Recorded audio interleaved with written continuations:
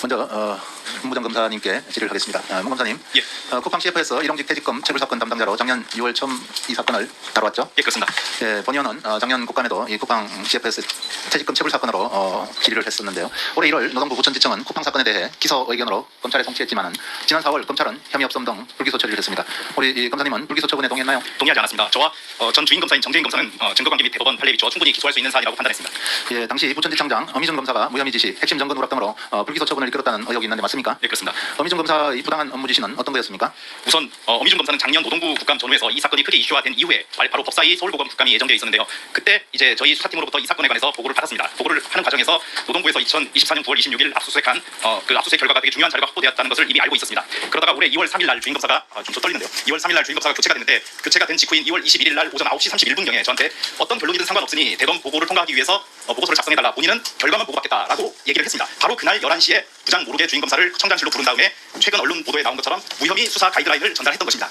그리고 그 무혐의 수사 가이드라인에 따라서 대검 보고용 보고서에 핵심 압수수색 결과가 누락 빼라고 지시를 했고 누락된 상태로 대검에 보고가 됐고 최종 불기소 처분이 된 사안입니다. 그렇기 때문에 저는 아주 이례적인 이런 처분 과정에 문제 제기를 했고 이거는 부적절한 것을 떠나서 범죄 행위까지 이어진다고 판단해서 진정을 하게 되었습니다. 예, 조금 진정하시고 차분해 주시길 바랍니다. 그렇다면 우리 문 검사님은 당시 기소 의견을 주장한 이유와 근거가 무엇인지 짧게 좀 말씀해 주십시오. 예, 일각에서는 일용직 근로자들한테 과연 퇴직금을 지급해야 되는지 그런 의문을 가지고 계시는 분도 계시는 걸로 알고 있는데 대법원 판례에 따르면은 일정 요건을 갖춘 실질적으로 판단해서 일정 요건을 갖춘 일용직 근로자를 하더라도 퇴직금을 지급하게끔 되어 있습니다. 따라서 쿠팡에서도 2023년 5월 이전에는 정상적으로 퇴직금을 지급하고 있었습니다. 문제가 된 2023년 5월에 쿠팡에서 취업 규칙을 변경하게 되었는데요. 그 전에는 노동관계 법령에 따라서 근로기간이 1년 이상 근무하고 단 사주 평균 주당 15시간 미만인 경우에만 제외하도록 이렇게 해서 퇴직금을 지급했는데 2023년 5월경에 취업 규칙을 변경을 하면서 이러한 15시간 미만 근무한 기간이 있는 경우에는 바로 종전 근로기간이 어떻게 되든지 상관없이 0으로 만들어버리는 리셋 규정을 도입하게 된 것입니다. 따라서 당연히 쿠팡 근로자들은 퇴직금을 받을 수 있었는데 하루아침에 본인이 동의하지도 않았는데 퇴직금을 못 받은 상황이 된 것이고 이렇다면 당연히 근로자들한테 취업규칙 분리 변경인 것이죠.